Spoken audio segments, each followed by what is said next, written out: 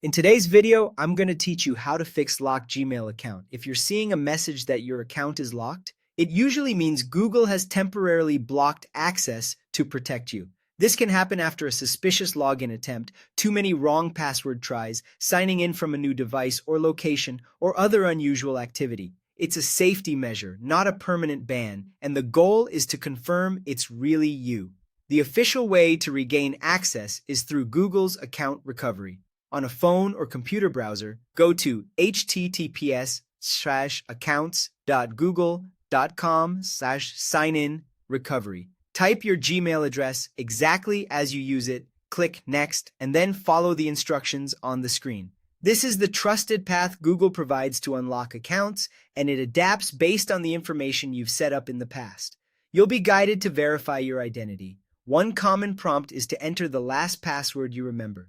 If you're unsure, use the most recent password you successfully signed in with. Next, choose a recovery option. If a phone number is linked to your account, select it to receive a text or call with a verification code. If you set a recovery email, you can send the code there instead. Retrieve the code, enter it exactly as shown, and continue through any remaining prompts. These checks help confirm you are the rightful owner before Google lifts the lock. If you still can't unlock it on the first try, don't panic. Try again from another device or a different web browser, ideally one you've used to sign in before. Turn off any VPN or proxy so you're connecting from your real location. Make sure your device's date and time are correct because mismatched settings can cause verification to fail.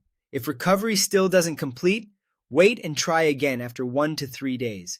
That short cooldown gives Google's systems time to clear security alerts and often improves your chances of success.